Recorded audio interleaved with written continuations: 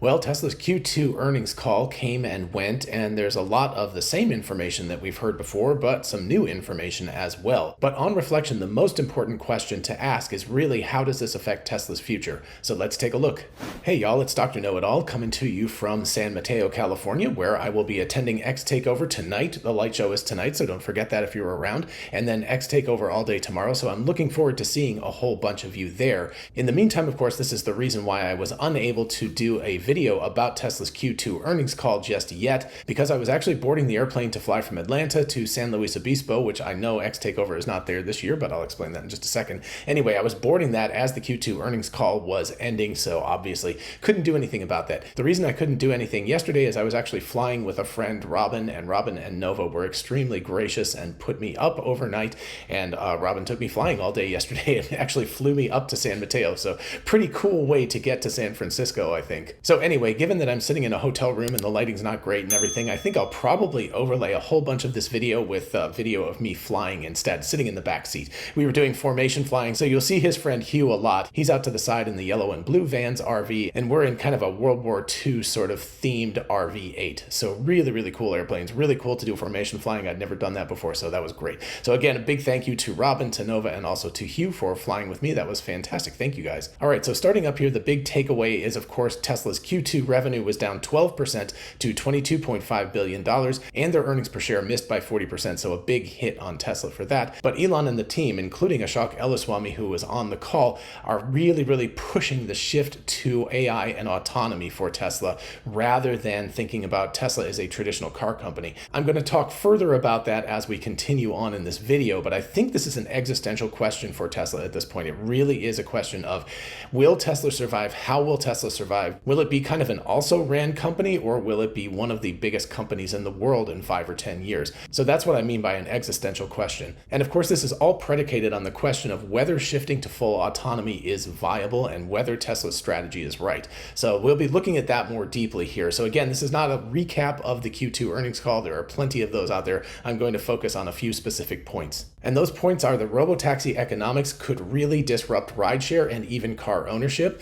We have Optimus's labor revolution if it works well, if humanoid robots work well, and if Optimus version 3 is really as good as Elon says it is, then we could see Tesla leading in this revolution as well, and that's got a way bigger market than even transportation does. Then of course we've got the real world AI edge that Tesla has, and Elon actually gave us some firm numbers about that. And we've also got Tesla Energy enabling the AI boom. I don't think that Tesla thought about this a few years ago. They were probably not thinking about that, but really their battery storage and their energy solutions are a huge part of making AI viable in the United States and around the world. So first up, robotaxis. Obviously we had the Austin launch in June. If you haven't seen my videos on that, I will leave a link to that up above right now and at the end of the video. But the really important point is that Elon thinks they're going to be able to expand rapidly. Like expand Austin's area rapidly, expand to the Bay Area of California. I wish they were doing that right now because I'd take a ride in it here. That'd be really, really cool. And then in addition, Phoenix, Arizona, or somewhere in that area. And then he just said Florida. So it might be the entire state at this point. Florida is a big state, but it's also very, very friendly to autonomy. And so I could see Tesla really pushing into some of the larger markets there.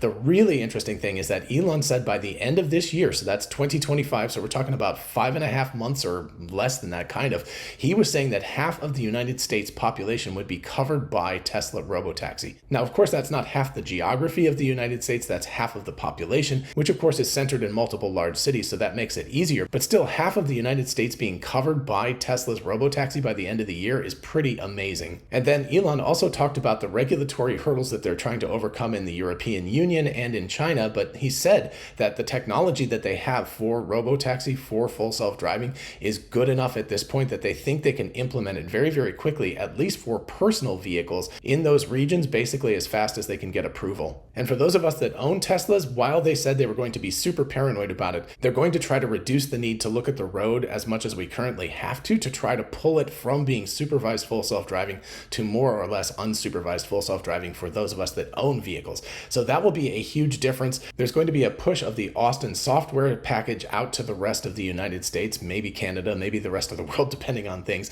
But anyway, there's going to be a push for that in the next couple of months because, of course, we haven't gotten an update in quite a while for our consumer vehicles, but we should get a lot lot of that Austin goodness out to the rest of our vehicles once they vet that they haven't broken anything in, for example, Athens, Georgia versus Austin, Texas, by focusing so much on Austin, Texas. So that's a big deal. And of course, if this works, we're talking about a $10 trillion industry of transportation and mobility and everything. So that is a huge market disruption that's available to them if they're able to expand as rapidly as Elon and the team thinks they're going to be able to. Now, we have some statistics. One of them is that autonomy is about 10 times safer than normal humans driving, and that is a huge, huge deal. Now, again, that's not perfect autonomy because, of course, you've got a human in the loop for that, but for most of the driving, the vehicle is driving itself, and the combination, at least, of human beings plus full autonomous driving is about 10 times safer than humans driving on their own. That is a huge deal, and if you care about safety, it really means that you should look into a Tesla because nobody else has that kind of technology.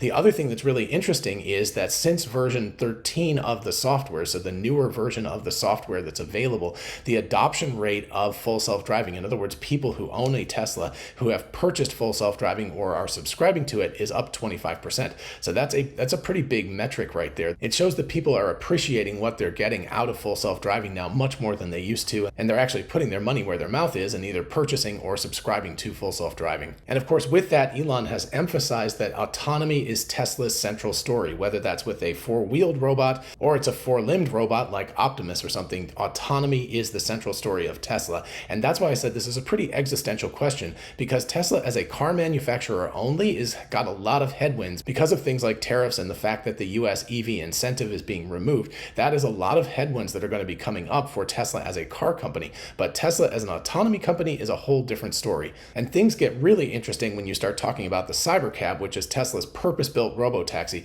Now, the Cybercab is being delayed a little bit in its rollout right now because Tesla is going to be pushing as hard as possible to roll out as many Model 3s and Model Ys before the end of September when that $7,500 rebate ends. So they're going to try to push those out as much as possible. But they said in Q4, once those incentives are gone, they're going to start ramping up the Cybercab as quickly as possible because I think they realize that sales are going to go down significantly in the fourth quarter versus the third quarter. But the interesting thing about the Cybercab, because it's being designed from the ground up as a robotaxi, is that Elon and the team said that they think they can get down to 30 cents per mile or potentially even 25 cents a mile.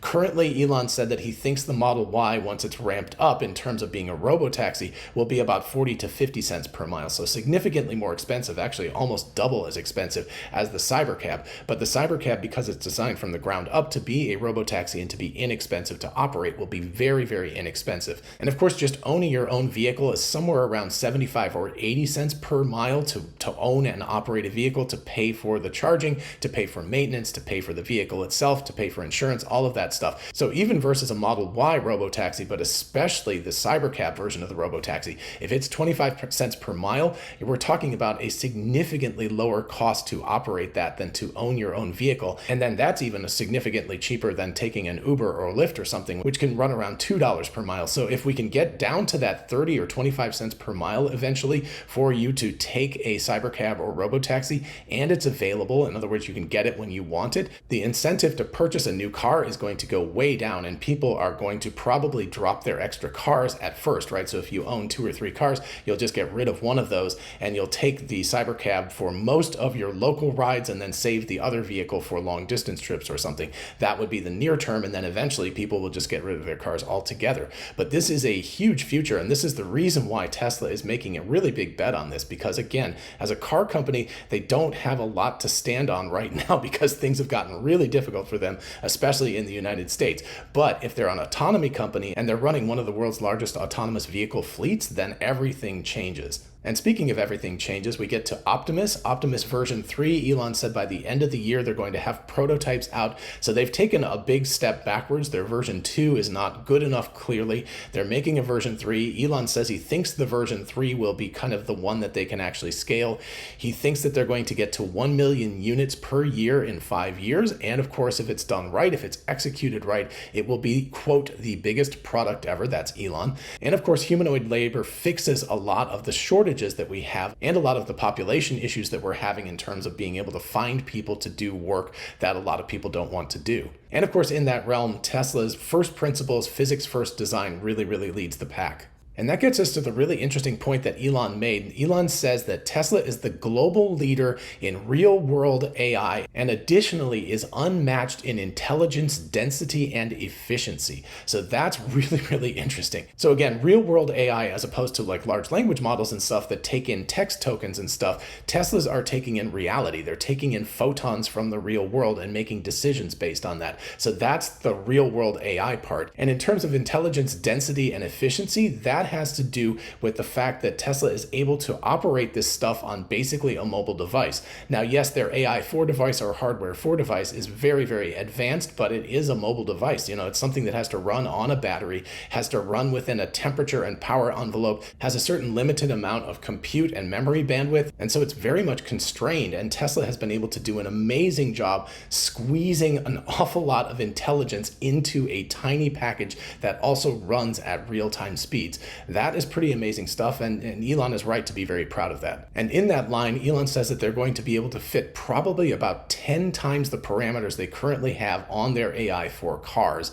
In other words, they'll be able to squeeze, if there's 1 billion parameters right now in whatever version 13.2.9 of the full self-driving software, that they could get up to 10 billion parameters and be able to still operate at real-time speeds. That will allow these computers to be much, much more intelligent about things, to be able to remember and predict much more efficiently than they currently can. That's an outstanding stretch of the hardware if they're able to do that. And then actually Elon said that they're going to have the AI5 chip by 2026, but he said that AI6 is going to converge with Dojo version 3. So Dojo 2 is coming out relatively soon, but he says basically that Dojo 3 and AI6 are going to kind of blend together, where you're going to get like kind of a single chip for the vehicle, but what you'll get is a whole bunch of the same chip that will be strung together to create the Dojo computer. That will allow the architecture to blend really, really seamlessly so that you can do training on exactly the same architecture that the inference is going to be on. That will allow Tesla to be incredibly efficient, even more efficient than they already are. So you put a single Dojo 3/AI6 chip into Optimus or a car, and it will run very efficiently and be able to do inference at real time. You string millions of those together and you're able to do training at very, very high speed. So that's a really cool vision of the future and where they're going. And then finally, a related topic that I didn't think would be related is that they have record Powerwall and Megapack sales, and those are going to increase substantially due to the needs of artificial intelligence as well as everything else. So Tesla has doubled their battery output to 1 terawatt, which is pretty incredible. But more importantly, their trends show that AI data center demand is surging. It's getting bigger and bigger and bigger. And Tesla, by building these battery packs, is able to serve a lot of the need of these AI data centers. So basically, the world has a hunger for these battery packs that's just insatiable. And so Tesla has a huge economic opportunity to supply these battery packs to these AI data centers, and also, of course, to more traditional power generators, to solar farms, to wind farms, and on and on and on. So that's a huge advantage that Tesla has, being able to do that. All right, so you can see that with tariffs and the end of the incentives at the end of September, that Tesla has got some serious headwinds to face. But at the same time, they also have an amazing roadmap. They have an amazing vision that they've shown us for the future. The big question is, how well will they execute? Elon says if they execute perfectly, they will be the most valuable company in the world at some point in the future. He didn't say exactly when. But if they don't execute perfectly well, they could become an also-ran, because Tesla is really betting the farm on this autonomy. Now, would you bet against Elon because he's done a lot of bet the company things before and he's always managed to succeed? I would not personally bet against Elon. I think that they are going to succeed in this, but it is a very risky time for Tesla. Let me know in the comments what you think about all of this, whether you think I've missed something, whether you think that Tesla is going to succeed in this, or if they're going to become an also-ran. While you're down there, if you don't mind liking the video, it helps out YouTube's algorithm, and of course, consider subscribing for more of this kind of content, and I will see you in the next video or at X Takeover this evening. Bye-bye.